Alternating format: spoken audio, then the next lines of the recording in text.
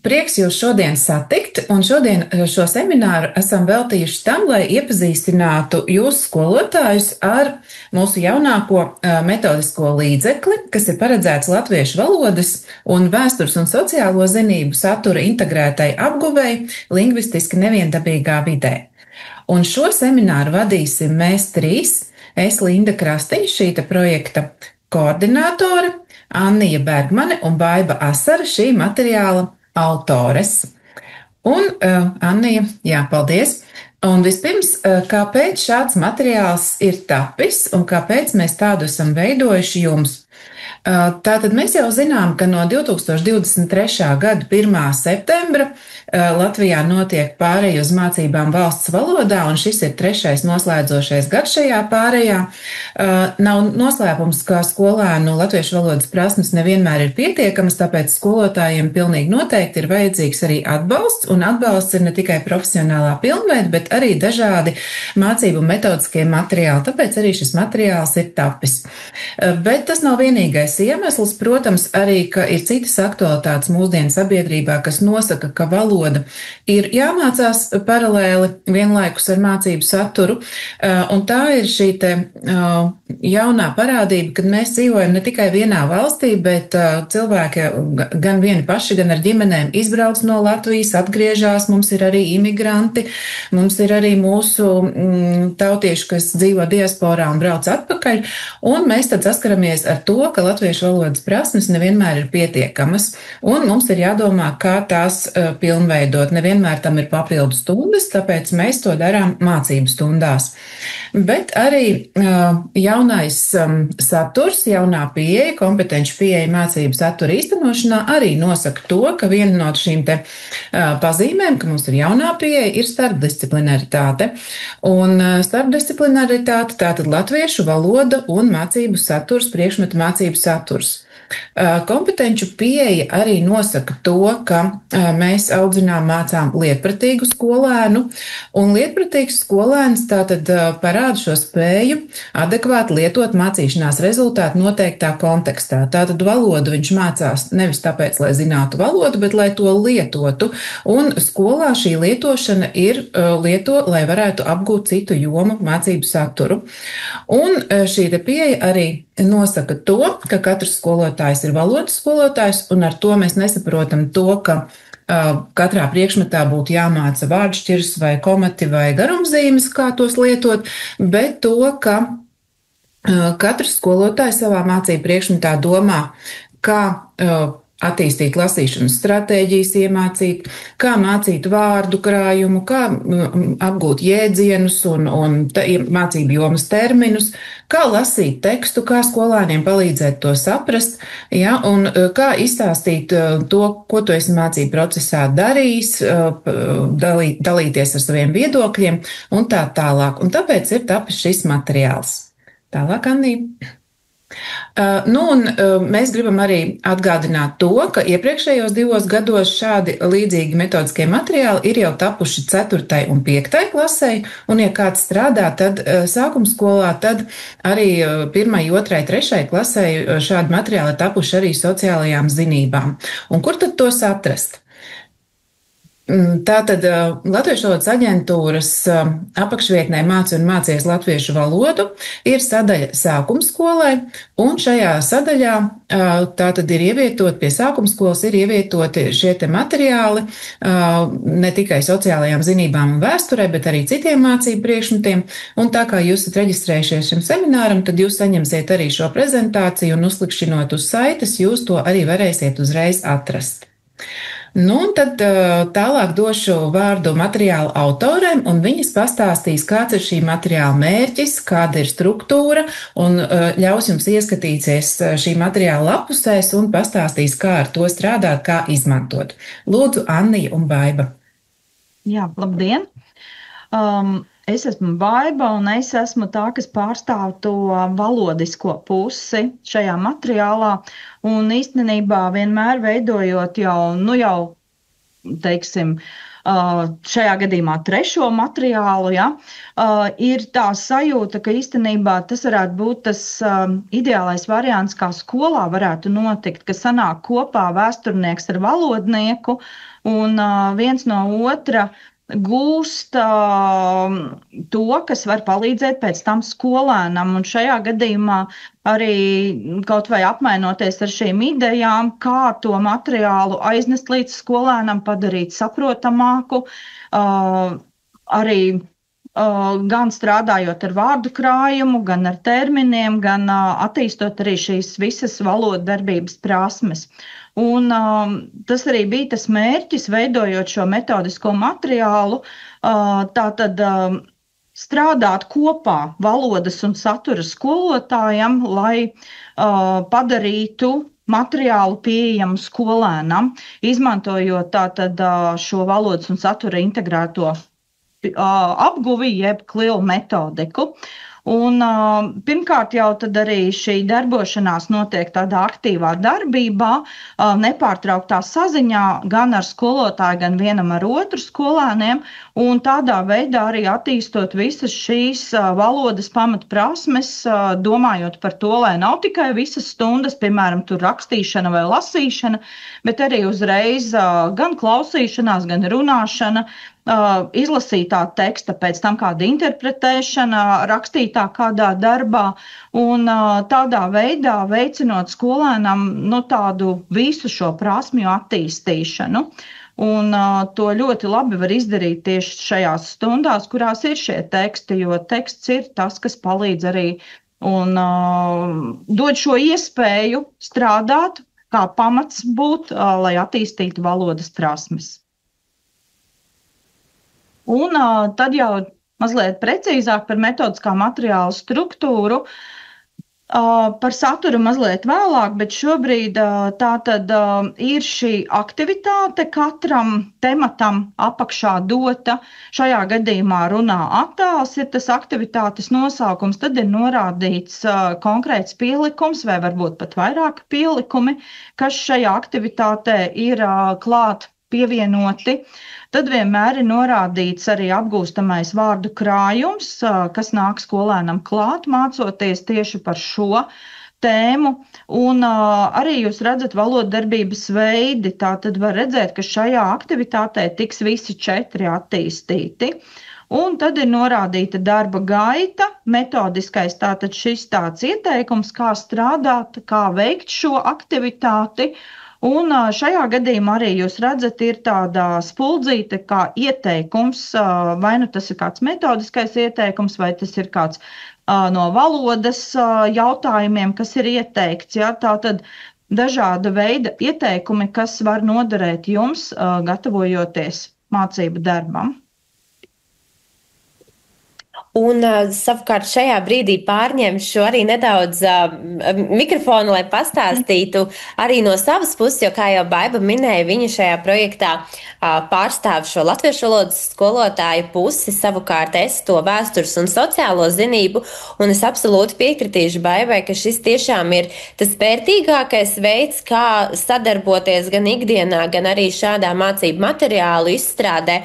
Jo tiešām tātad šeit sanāk tiešām ļoti jēgpilna un jēdzīga šī abu mācību priekšmetu sapludināšana, ja, jeb šo te metodiku salāgošana, tātad, ka es kā priekšmetu skolotājs zinu, kas man no satura viedokļa ir jāiemāca, un savukārt latviešu valodas skolotājs ļoti veiksmīgi izstāsta, kas tiek darīts tajā pašā laikā latviešu valodas stundās, ko skolēns ir apguvis, ko viņš varēs pielietot. Ja, un atkal gluži vienkārši mēs arī varam, teiksim, tekstus salāgot tā, lai tie noder abos mācību priekšmetos, nevis ir visu laiku šī raustīšanās, ka man latviešu valodā ir jāizdara tas un vēsturē savukārt cits. Un to mēs arī esam, tādā veidā mēs arī esam domājuši par diferenciāciju, jo papildus tam, ko Baiba tikko minēja par šo te spuldzīti un dažādiem metodiskajiem ieteikumiem, tāpat šajā metodiskajā materiālā jūs atradīsiet pie vairākiem uzdevumu aprakstiem arī piebildes, pirmais variants, otrais variants, reizēm trešais variants, kas nozīmē, ka tajā brīdī tātad aiz šīs darba gaitas seko mūsu piedāvājums, kā šo darbu var diferencēt. Pilnīgi iespējams, ka jūs kādā klasē izvēlēsieties tikai vienu, pirmo vai otro variantu, un visa klase pēc tā strādās. Iespējams, jūs klasi sadalīsiet vai ļausiet skolēnam pašam izvēlēties, kuru uzdevumu veidu veikt, un tātad šī diferenciācija arī var būt dažāda. Mēs to esam paredzējuši dažos uzdevumos, tā var būt satura diferenciācija, kā arī, piemēram, šeit, ja jūs redzat, ka pirmais variants ir tāds saturiski vieglāks, tā, lai skolēns apgūst tiešām šos te pamata jēdzienus un pamata lietas, savukārt otrajā variantā jau skolēns liek klāt kaut kādu savu izpratni un savas idejas. Un otrs ir arī šī diferenciācija tieši no valodas viedokļa, par ko Baiba noteikti pastāstīs nedaudz sīkāk. Jā, jo arī, piemēram, šis uzdevums ir tāds kā ceļš līdz domrakstam, jo beigās ir skolēniem arī šis uzdevums uzrakstīt domrakstu, manas galvenās tiesības un pienākumi. Un viens varētu būt, ka mēs vienkārši valodas stundā varam uzdot šo darbu, bet tas arī nebūtu tīri loģiski. Pirms tam ir ar skolēniem jāsagatavojas un jāpārunā, lai viņiem ir kaut vai attaust atmiņā un vārdu krājums arī ir, ko izmantot. Ja? Bet šīs ir tas gadījums, kad, manuprāt, var ļoti labi sadarboties valodas un vēstures vai sociālo zinību skolotājs, ja? Un valodā var vērtēt arī šo domrakstu beigās, bet pirms tam ir pārunāts, ko tas nozīmē, kas ir tiesības, kas ir pienākumi. Skolēniem tas viss ir ļoti labi saprotams. Viņi jau ir izvērtējuši, kur ir tie viņu galvenie pienākumi un tiesības. Un pēc tam jau tiek rakstīts šis domraksts, kur atkal tiek pārunātas domraksta kritērija, kam tur ir jābūt, un pēc tam jau var arī vērtēt valodas stundā to.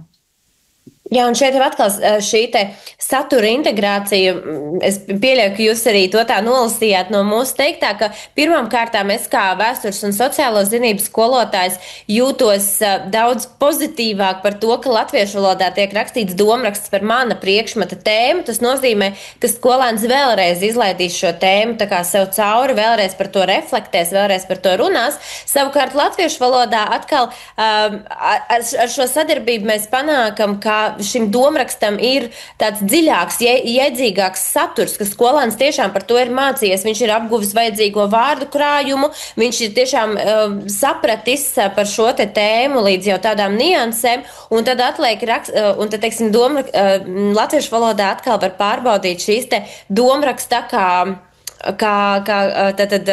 gramatiskās lietas un satura veidošanas lietas, bet vairs latviešu valodas skolotājiem nav jātērē laiks uz kaut kādu vēl tēmas izpēti, lai skolēnam šis domraksts nav kā tādam ķeksītim, vai ne, bet tiešām par jēdzīgu lietu.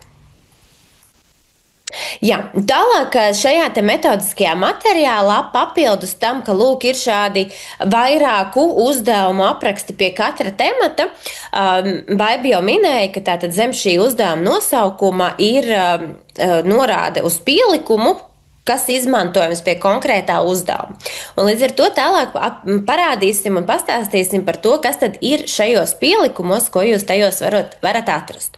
Un pirmais šo pielikumu veids ir izdalas materiāli, kur tā tad ir paredzēts, ka uzdevumā ir kaut kāda skolēnu aktīva darbība, teiksim, ar kartītēm vai ar attēliem vai ar kaut ko citu. Tātad, kur skolēns nevis tikai raksta vai lasa, bet, teiksim, spēlē kaut kādu mācību spēli, kā bingo, domino un tā tālāk. Vai teiksim, tas ir iekļauts kaut kādā grupu darbā un skolēni kārto šīs te kartītes secīgi vai kaut kā mainās ar tām vai tam tam līdzīgi. Un arī, un līdz ar to, protams, ja mēs paredzam tādu uzdevumu, tad jums kā skolotājiem nav atsevišķi vēl jāmēģina uzminēt, ko mēs ar to esam gribējuši pateikt, bet jums jau uzreiz šāds te gatavs izdevums materiāls ir pievienots, uzreiz uz to ir aktīva saite, jūs turpat no uzdevuma ar vienu klikšķi nonākat konkrētajā pielikumā. Viss materiāls ir veidots arī A4 formātā, lai jums ir ērti to drukāt. Līdz ar to tātad ir arī šajā te mācību metodiskajā materiālā dažādas tātad izdevums materiāli, kurus var drukāt, var griezt un tālāk ar skolēnu praktiski darboties. Tad vēl viens cits pielikuma veids ir darba lapas. Arī turpinot šo te domu, ka mēs jums gribam piedāvāt tātad tiešām atbalstu mācību procesā, domājot ne tikai par metodiskiem ieteikumiem, bet arī jau par kaut kādām konkrētām lietām, tad arī tātad darba lapas ir jau gatavas sagatavots. Tur, kur ir, teiksim, ka skolēns vispirms veids pirmo uzdevumu, tad tālāk otro, trešo, tad mums likās, ka tas būtu vērtīgi šos te uzdevumus arī apkopot darba lapā.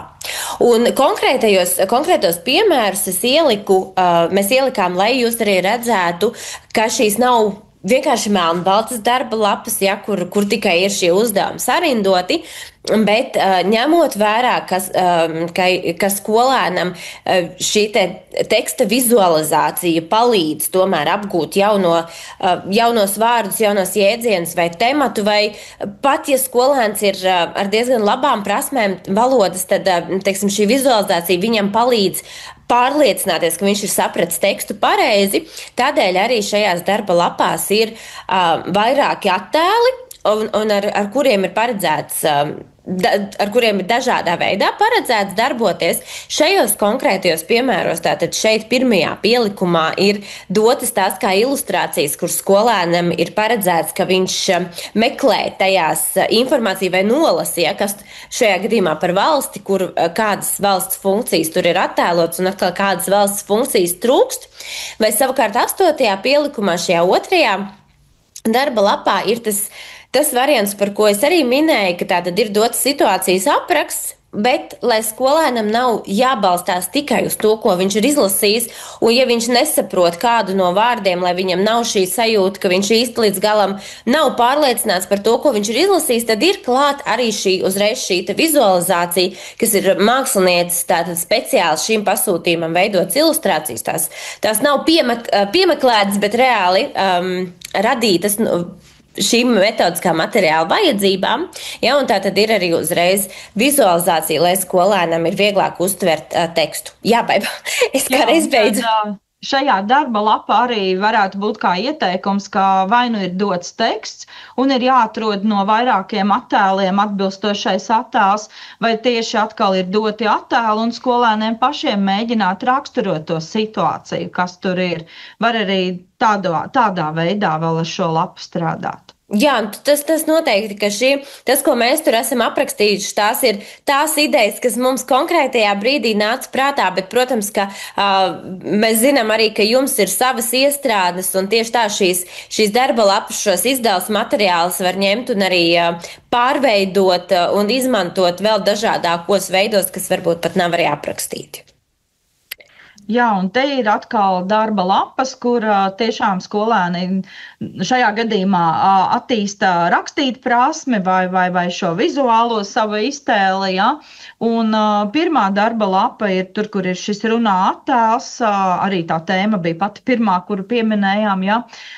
Skolēns lasa un mēģina uzzīmēt to, ko viņš tātad ir izlasījis, sapratis, attēlot tādā vizuālā redzējumā. Ja? Un otra lapa atkal piedāvā to variantu, ka ir jau attēls dots, un tajā attēlā saskatīt tās detaļas, saskatīt tās atbildes uz jautājumiem, kas ir prasītas. Tātad gan kas tur ir redzams, gan kad tas notiek, kur tas notiek, kā jūtās cilvēki. Ja? Un tad arī mēģināt tajā situācijā iejusties un šādā veidā detalizēti atrodot tās atbildes, pēc tam arī ir vieglāk viņam veidot, formulēt to situācijas aprakstu konkrētās konkrētajā attēlā redzamās. Tālāk. Un savukārt, vēl ko mēs vēlamies uzsvērt, ka šie uzdevumi, ko esam iekļāvuši, un darba lapas un izdevums materiāli, kas ir veidoti atbilstīgi, ir domājot arī par to, ka vēsture un sociālās zinātnes ir pietiekami praktisks mācību priekšmets, tādā ziņā, ka, protams, ir lietas, kuras, ir jāiemācās, jāiekaļ un jāzina, bet tāpat laikā vairāki šie temati paredz arī tādu skolēnu aktīvu iesaisti, aktīvu reflektēšanu par to, ko viņš ir piedzīvojis, kādas problēmas konkrētais skolēns saskata, kas notiek viņam apkārt. Un tas vairāk ir, protams, šīs sociālo zinību tēmas, un arī tas ir pamanīts, un arī tas ir iekļauts šajā metodiskajā materiālā, tā, lai jūs zinat, ka tas nav tikai, teiksim, sausi par faktu iegaumēšanu vai par kaut kādām teikumu konstrukcijām, ja, un konkrēti to iemācīšanos, bet šajā gadījumā, piemēram, tātad izējas uzdevums abos divos materiālos ir ļoti praktisks, ka skolēns vai nu iet pa skolu un pēta vai lasa reālu situāciju aprakstus un teiksim, šajā gadījumā definē problēmu, un tam savukārt seko atkal vēl pakārtotie uzdevumi, ka viss nebeidzas ar to vien, ka es noskaidroju, piemēram, ka mums skolā pild krāni vai skolotāji visu laiku slēdz iekšā gaismu, pat tad, ja pietiek ar dienas gaismu, ja domājot, teiksim, par resursiem, nepietiek ar to vien, ka es to praktiski konstatēju, bet tālāk ir atkal šie te pakārtotie uzdevumi, lai es tātad nonāku līdz kaut kādiem secinājumiem, vai es nonāku līdz rīcības plānam, vai tātad līdz kaut kam vēl tālākam, ceļā uz šīs te problēmas risināšanu. Jā, un par to problēmu. Jā, par problēmu, tātad to 20. pielikumu runājot, jā, tas ir tas, kas īstenībā diezgan bieži ir problemātiski tieši valodas stundā, jo skolēni ļoti bieži jauc temats un problēma. Un tad te ir arī tas formulējums, ka problēma tas ir jautājums, uz kuru ir jāatrod atbilde. Ja? Un tad te ir tāds arī veidots tas uzdevums, ka skolēniem ir jānoformulē, izlasot situāciju, kāds ir tas jautājums, uz kuru ir jāatrod atbilde šajā problēma gadījumā. Jā, un te ir atkal darba lapas tieši darbam ar jēdzieniem, ar jēdzienu apgūšanu, izpratni, un piemēram, var būt tie uzdevumi ļoti daudz un dažādi. Te ir viens no veidiem, tā tad ir dots jēdziens, ir jēdziena skaidrojums, un tad skolēni, protams, balstoties uz kādu savu iepriekšējo pieredzi, uz savā starpā sadarbojoties, meklē par atbilstošo skaidrojumu, un ja galīgi nevar atrast un nav kaut kāda līdz šim bijusi saskare ar šo jēdzienu, tad var izmantot tezauru, var izmantot arī, tad varbūt tas pēdējais galējais variants, ka vērsties pie skolotāja pēc padoma, bet sākumā pašiem tikt galā pats ar draugu, ar tezauru, un tad varbūt vērsties pie skolotāja. Ja? Un tad var, protams, arī salīdzināt vēl pa pāriem šīs atbildes, un tad beigās arī, ja kaut kur kaut kas nav skaidrs, tad vēl noskaidrot. Un te arī ir piedāvāts pēc tam tāds kā kā vēlreiz pārunāt šo izpildīto darba lapu, tātad tiek uzdots jautājums, piemēram, kas ir bērns, un tad otrs pārinieks atbild jau šo skaidrojumu izmantojot. 11. pielikumā atkal ir burtu režģis, kurā ir paslēpti šie jēdzieni tiek meklēti, un pēc tam ir turpinājums šim pašam uzdevumam jau nākamais tāds līmenis arī ne tikai atrast šos vārdus, jo viens mēs varam ļoti ātri varbūt pamanīt tur to vārdu kādu, ja, bet otrs, vai mēs varam izskaidrot un saprast, ko tas vārds nozīmē, un tad ir jāatrod arī atbilstošais skaidrojums un jāieraksta tur tas jēdziens atrastais iekšā. Jā, un vēl pie šī te metodiskā materiāla pielikumos jūs atradīsiet arī vairāku veidu atgādnes, kas ir domāts tieši skolēniem, un tās arī atsevišķi ir izdalītas uz A4 lapas, ja kā pielikums, lai tās var ērti izdrukāt. Tātad pirmām kārtām tās ir atgādnes satura apguvēji, kur šeit jūs redzat piemēru par budžetu, jā, lai, protams, kad mēs to mācam un skaidrojam un ar piemēriem apskatām satura apguves laikā, bet tāda atgādne vienmēr pie rokas tomēr var noderēt. Un šīs te atgādnes arī tātad ir veidotas skaisti krāsaini tā, lai tās var izdrukāt arī lielākā formātā. Tāpat mēs arī iesakam, teiksim, izdrukātās A3 formātā un izvietot klasē pie sienas kā frontālo atgādni, lai un paturēt to konkrētā temata apguves laikā, ja, lai skolēns tātad zina, kur vērsties pēc skaidrojumiem konkrētajā brīdī. Un tāpat ir arī vēl tādas atgādnes, kas ir paredzētas katram skolēnam tādai reālai, aktīvai darbībai, ja, tātad, kur ir apkopota būtiskākā informācija, kas palīdz skolēnam šī temata apguvē un konkrēto uzdevumu veikšanā. To varbūt ir ieteicams drukāt tā, lai skolēns var ielīmēt savos pierakstos vai turēt sev visu laiku blakus. Ja, bet tātad arī par to ir paredzēts, ka jā, mēs apgūstam šo saturu, bet skolēnam var būt nepieciešams atbalsts, kā tas ir piemēram ar 14. pielikumu, ka jā, mēs visu laiku runājam par to, kur pašvaldība tērē savu budžetu, ja, vai, teiksim, mēs tam pieskaramies vairākās klasēs, vairākos priekšmetos iespējams, ja. Un tad šāda atgādne var noderēt. Savukārt tā, kas ir 22. pielikumā, kā piemērs ielikta, tāpat ir arī atgādnes, kas varbūt nedaudz padziļina šo te apgūstamo tematu, jo, teiksim, pie produkta izstrādes, tātad pie sasniedzamiem rezultātiem standartā un programmā ir minēts, ka skolēns vienkārši zina, kā izstrādājot jaunu produktu, viens no šiem soļiem ir potenciālo klientu aptaujāšana, ja, vai viņu viedokļu uzzināšana. Bet īsti nekur netiek minēts, kādas metodas ir jāizmanto, kādas metodas vispār eksistē, kuras ir ieteicams izmantot. Tādēļ mēs izvēlējāmies konkrēti mūsu tātad izveidotiem uzdevumiem atbilstošākās tātad aptaujas, ja, jeb viedokļu noskaidrošanas metodas un ielikām tās atgādnē, lai gluži vienkārši skolēnam ir paraugs. Protams, skolēns var izvēlēties arī citas metodas, taču ja viņš ar to saskarās pirmo reizi, tad viņam uzreiz ir gatavs atbalsts. Jā, un tad tālāk jau par metodiskā materiāla saturu. Materiāls ir veidots tātad, kā jūs redzat, arī balstoties skolas 2030 sociālo zinību paraugu programmas, programmas paraugā, ja, un tātad tur ir šie 5 temati, un kā arī Anija jau ir teikusi, ka nevar šis materiāls būt kā pamatmateriāls, tāpēc arī tas ir metodiskais materiāls. Tas ir tas, ko var izmantot vai nu papildus, vai tieši skatoties, ja vajag tiešām kaut ko diferencēt, vai vajag atbalstu kaut kur vairāk sniegt, jā. Tādā veidā, bet visas tēmas, kas ir programmā, tās atklājas šajā materiāla saturā, un zem katras apakšā tad jau ir šīs apakštēmas, kurās jau ir šie konkrētie uzdevumi.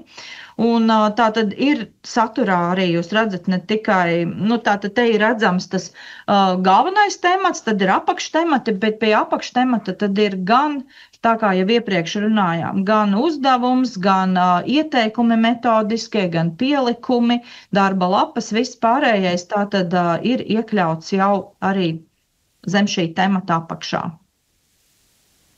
Jā, un tagad mēs piedāvājam apskatīt šos 5 tematus un tad pavisam nelielu ieskatu, uz ko tad mēs fokusējāmies katrā no šiem tematiem.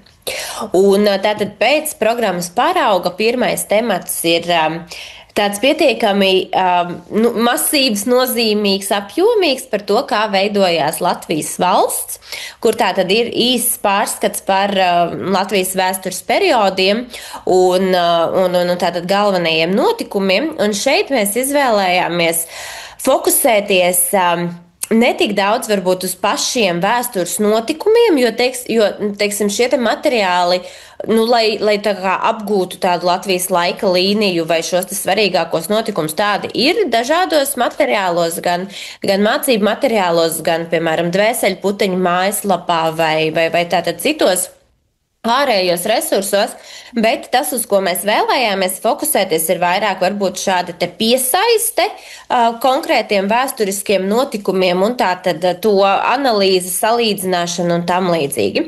Un vispār tas, ko mēs arī pamanījām, kas varbūt retāk parādās citos mācību materiālos, ir tieši šis stāsts par to, kas tad ir valsts. Ja, jo 6. klases skolēns viņš sākuma skolā it kā ir runājis par to, kas ir valsts, bet šeit tad būtu vērtīgs tāds vēlreiz atgādinājums, un tāpēc atsevišķs uzdevums ir par to, kādas tad ir valsts funkcijas un kā var atpazīt, kur ir, kur nav valsts un ko mums vispār valsts ikdienā dod, domājot par tādiem teiksim, šiem te sabiedriskajiem pakalpojumiem un tā, lai skolēns novērtē, ka tas nav tā, ka mēs, kā ir šis stereotips, ka mēs valstī tikai maksājam nodokļus un tas viss paliek politiķiem, bet ka īstenībā šis uzdevums virza saskatīt, cik īstenībā mums valsts daudz dod un kāda tad būtu šī ikdiena bez valsts. Un tad tālāk jau, protams, pievēršamies Latvijas valstī. Tad ir stāsts par to, kā radās Latvija, tad domājot par dibināšanu. Tad ir jau šis te pieminētais uzdevums par attēliem, kur tiek apskatīti dažādi Latvijas vēstures notikumi, un darbs ir tiešām ar šiem vizuālajiem avotiem, gan ilustrācijām, gan konkrētiem attēliem, kur attēlot Latvijas vēstures notikumi. Tad uzdevums par šiem te dzīves stāstiem, jeb par šajā gadījumā izdomāta cilvēka stāsts, bet balstīts uz reāliem notikumiem, kur cilvēks pēc savas pieredzes apraksta būtiskākos Latvijas vēstures notikumus. Un tālāk skolēni tad darbojas ar šo te informāciju un beigās tātad skolēni apkopo šīs zināšanas un veido Latvijas vēstures notikumu kalendāru. Tas no saturiskā un Baiba pakomentēs no valodas. Jā, un no valodas viedokļa, protams, jūs redzat pie valodarbību veidiem, jau šeit ir redzams, ka gandrīz katrā visas valodarbības prasmes tiek pilnveidotas, ja, bet ir arī, protams, gadījumi, kad Linda teica, mēs varbūt netik daudz pievēršam uzmanību tur gramatikas lietām, bet šajā gadījumā mēs esam ievietojuši uzdevumu, kur tiek pievērsts uzmanība, ja, šajā tieši uzdevumā valsts ar un bez savām funkcijām ir ģenitīva lietojums, jo arī mācām īstenībā ne tikai latviešu valodas stundās, bet arī citu priekšmetu stundās arī pareizi lietot tās vārdu formas. Un šajā gadījumā var ļoti labi to pilnveidot, kas ir valstī un kas nav valstī. Un tieši akcentēt, ka tad, kad ir šis nav, tad tiek lietota tā ģenitīva forma. Un tas tāds viens no uzdevumiem, kas likās, kā varētu būt kā atbalsts valodas pilnveidē un tieši tādā pareizrunas pilnveidē. Tad pārējās lietas, kas te ir no valodas, tas vairāk ir atkal tātad lasīt, izprast, uzzīmēt, savienot, ja? Tātad jau tādā teksta izpratne, darbs ar tekstu. Jā, tālāk otrais temats ir par to, kur skolēns tātad apgūst un nostiprina savu zināšanas par to, kā tad viņa kā bērna tiesības ir saistītas ar pienākumiem un ka katrām tiesībām ir atbilstoši pienākumi. Ja, tātad arī ļoti aktuāls temats un tādēļ arī tam pievērsām, redzat, ar vairākiem, ar 6 apakšu uzdevumiem uzmanību. Atkal jau šeit maksimāli centāmies saturiski satuvināt ar skolēna ikdienas dzīvi, ar viņa ikdienā pieredzēto, ar viņam pazīstamām situācijām. Ja, tātad, domājot gan par, ka sākumā tātad skolēns vispār iepazīst šos jēdzienus, kas ir tiesības un kas ir pienākumi ar vairākiem uzdevumiem, tātad gan meklēt tos, gan arī tātad raksta atbilstošām tiesībām atbilstošo pienākumu, tātad skatās arī likumus, ja, par to, kas regulē bērna tiesības un pienākumus. Un pats galvenais arī tātad praktiski darbojas, domājot dažādas situāciju risinājumus, un, kā jau es teicu, tātad šīs situācijas ir ņemtas no skolēnu ikdienas, tātad dažādas varbūt lietas, ko viņiem kā skolēniem negribās darīt, un tad pakāpeniski viņi nonāk līdz risinājumam, kā tad tomēr šo problēmu pārvarēt un ko tad tomēr šādā situācijā darīt. Jā, un es varu tad komentēt te vēl no valodiskā viedokļa, tur, kur ir, jūs redzat, bērnu tiesības un pienākumi, un pašās beigās ir atkal tas pats domraksts, līdz kuram ir jānonāk, un tad arī tāds, kā viens no risinājumiem, ja gadījumā nav šī sadarbība ar latviešu valodas skolotāju, un ja tas netiek tālāk jau uzdevums uzdots valodas stundā, tad ko sociālo zinību un vēstures skolotājs var šajā gadījumā kā atbalstu izmantot. Pirmkārt, katrs skolēns jau ir izvēlējies savas šīs galvenās tiesības un pienākumus, par ko ir veidojis domu karti, ir izvēlējies tātad piemērus, ar ko pamatot, jā, un tad, kad arī ir izdomāti šie piemēri, tad var piedāvāt nepabeigtos teikumus, un te ir doti arī piemēri, ar ko varētu sākties, ar kādiem ievadvārdiem, un tajā pašā laikā arī pievēršot uzmanību komatam, kas ir jālieto aiz šiem iespraudumiem. Un tad ir arī doti vērtēšanas kritēriji tam pašam domrakstam, pēc kā skolēns pirmkārt var atsaukt atmiņā, kam ir domrakstā jābūt, gan struktūrai, gan uzbūvei, gan saturā, kam tur ir jāparādās, jā. Tāpat tās arī apjoms ir norādīts un atgādinātas tādas galvenās likumsakarības. Un tad var vai nu skolēns skatoties sākumā šos kritērijus, rakstīt domrakstu, vai otrs variants ir, ka viņš sākumā raksta un pēc tam izmanto kā pašvērtējuma tādu lapu, kur atzīmē un izskata savu darbu, vai man tas ir vai nav. Ja nav, tad uzlaboju, pilnveidoju līdz tīrakstam, kas tiek iesniegts skolotājam.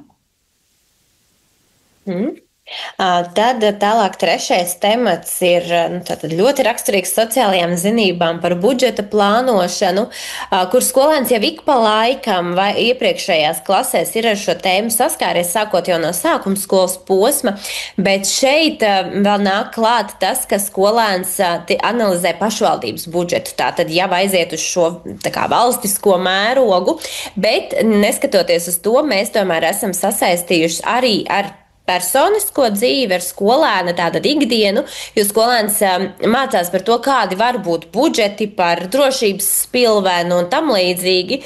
Tātad nedaudz vairāk par to, ka budžets vienkārši ir tas, cik man mamma iedod, kabatas naudu un cik es varu iztērēt. Bet tātad, sākas tas ar tādu nelielu atkārtojumu, par šo savu nedēļas budžetu, bet atkal jau nevis tikai es aprakstu, cik daudz es kam iztērēju, bet es arī analizēju, tīri domājot no savas pieredzes, uz ko es varēju ietaupīt, ko man darīt konkrētā situācijā. Ja es, piemēram, katru mēnesi iztērēju naudu vairāk nekā man mamma ir iedevusi, un tātad arī uz tādām refleksējošām pārdomām par savu rīcību. Un tad, tas, ko mēs arī šeit esam pielikušas klāt, tātad pirmkārtām ir arī tādi praktiski uzdevumi par dzimšanas dienām vai par šiem te resursu taupīšanu, par ko jau mēs stāstījām, bet dzimšanas dienai, manuprāt, ir tāda ļoti interesanta metode, teiksim, pie šī te otrā varianta, ka speciāli mēs aicinātu skolēnus darboties grupās, bet katrai grupai būtu atšķirīgs budžets un atšķirīgs viesu skaits, kas arī veicina skolēnam šo te problēmu risināšanu, jo pilnīgi iespējams, ka skolēnu grupa izvēl, ka viņiem ir 30 viesi, bet tikai 50 eiro budžets. Un tā ir arī pilnīgi normāla situācija, kā var būt, un Un tad tālāk skolēni ir aicināti ne tikai domāt par šo te saturisko, ka, lūk, ko nozīmē budžets, man ieņēmumi ir tik, man izdevumi ir tik, un kas man tagad ir jāatskaitās,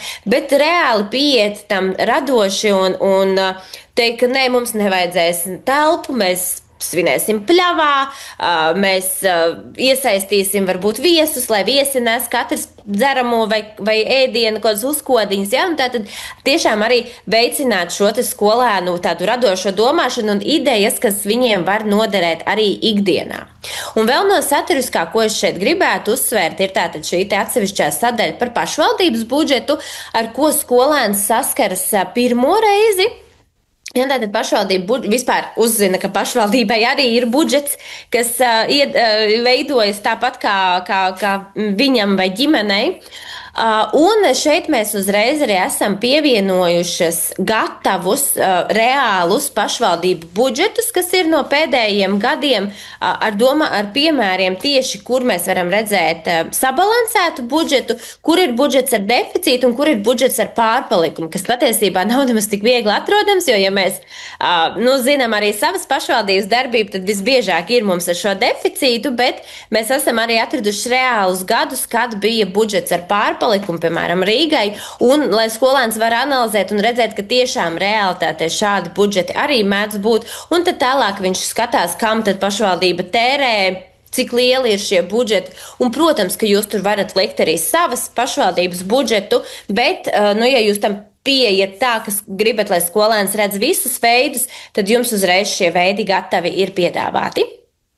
Jā, un no valodas viedokļa es varu piebilst vēl to, ka veidojot gan šos pielikumus, gan arī tur, kur skolēniem, piemēram, te mans nedēļas budžets ir jāveido savs stāstījums, ir svarīgi tieši šobrīd strādājot tajā nevienādajā, ārprāts pazuda lingvistiski neviendabīgajā vidē, ir tā, ka ļoti bieži ir vienkārši raksti stāstu vai pastāsti, bet īstenībā skolēniem ir vajadzīgs šis atbalsts tādā veidā, kaut vai tiek iedots plāns, tiek iedoti kaut kādi nepabeigtie teikumi, tiek iedota kaut kāda struktūra vai lapa, kas ir jāizpilda, un pēc tam aizpildot, viņam ir izveidojies jau tas stāstījums, tas teksts, un tad arī viņam nākotnē ir vieglāk pašam veidot, jo mēs nevaram gaidīt, ka šiem bērniem uzreiz viss sanāks un būs viss gatavs. Ir tomēr jāatbalsta arī šādā veidā. Un te varbūt kā ieteikums mazāk dot tās darba lapas tieši, kur rakstīt vienkārši iekšā, bet, piemēram, mans nedēļas budžets ir iedots uz ekrāna šis plāns ar nepabeigtajiem teikumiem, un skolēni raksta savā pierakstu kladē, veido balstoties uz šiem teikumiem, un tādā veidā viņš gan rakstīt prasmi, gan arī šo lasīt prasmi pilnveido un tekstveidi pilnveido, un tas būs arī viņam līdz ar to noderīgāk.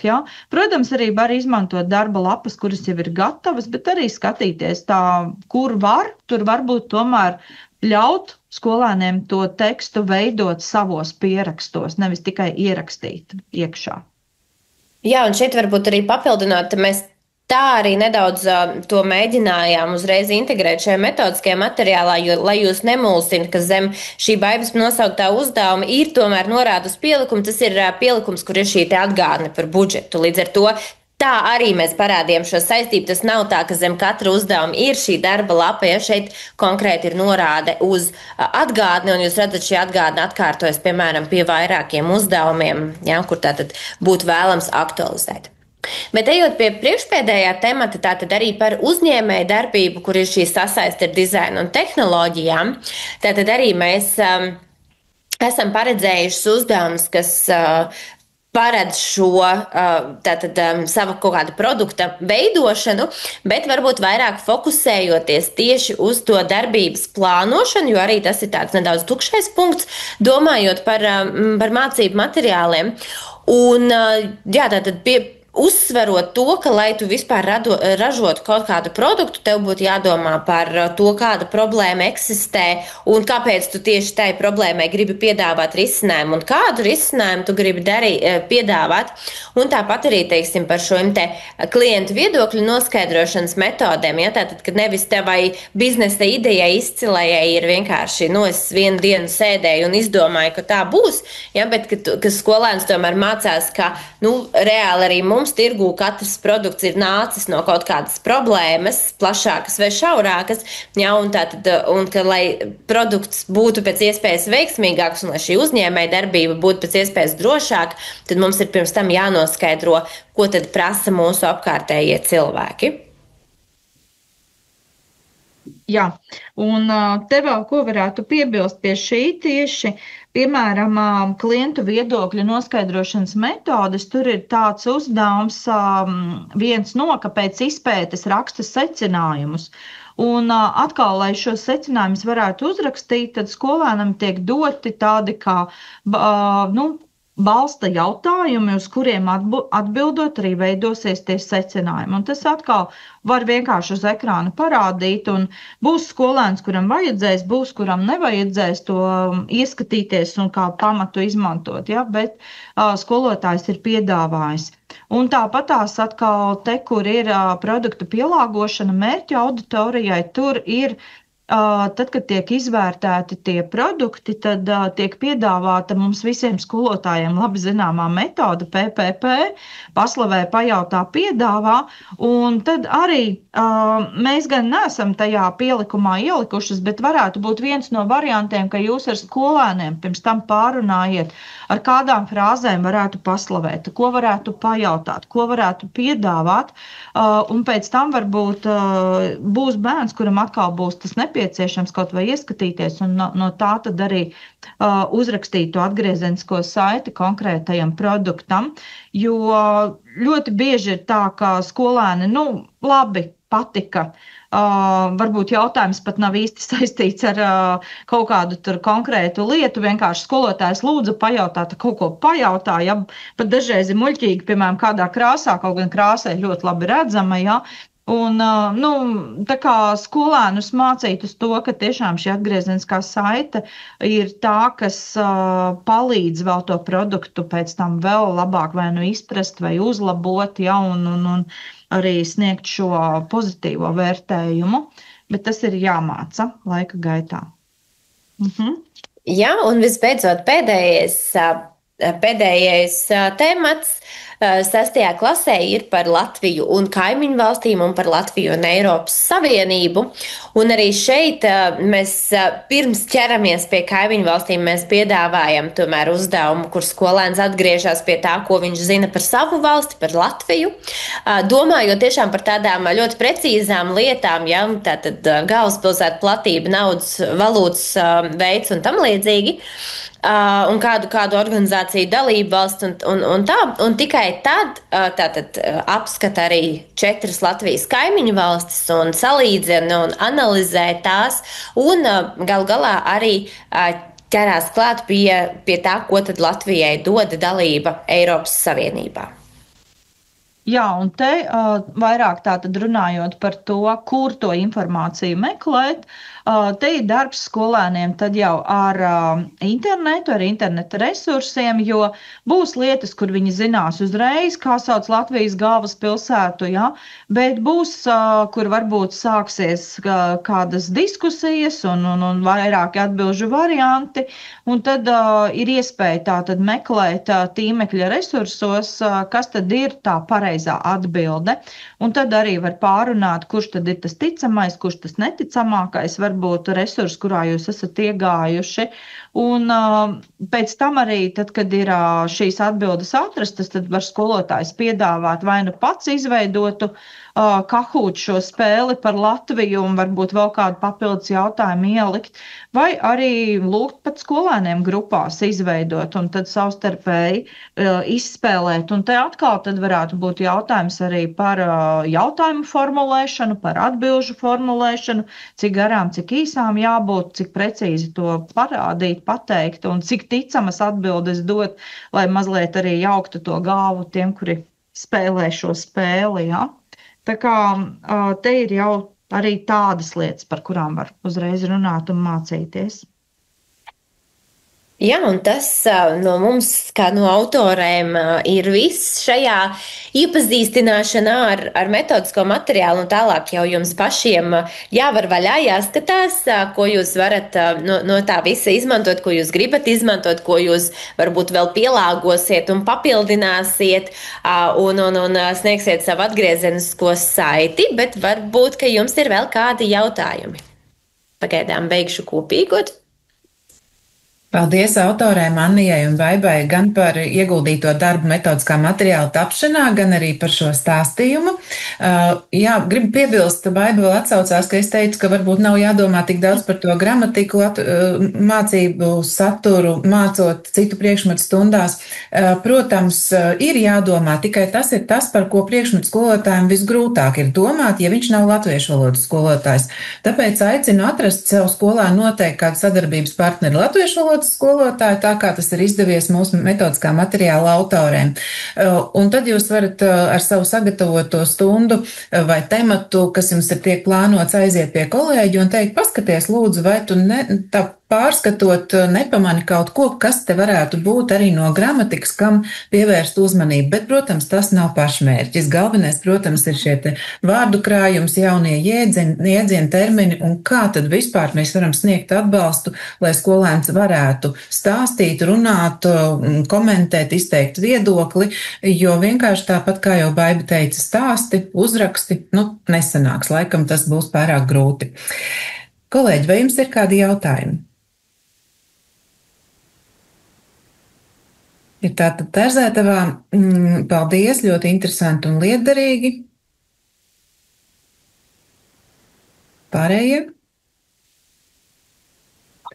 Ja jautājumi nav, tad paldies jums šodien par piedalīšanos šajā seminārā, un jūs saņemsiet e-pastos arī informāciju, kur tad tiks ievietot šī semināra ieraksts un arī izmantot to prezentāciju. Aicinu jūs izmantot gan šo materiālu, gan arī pastāstīt saviem kolēģiem, kā arī viņi to var izmantot un kur to var atrast, un ka šādi materiāli ir veidoti arī citos mācību priekšmetos, dabaszinībās un matemātikā. Paldies, un lai nodar mācību procesā. Visu labu! Paldies!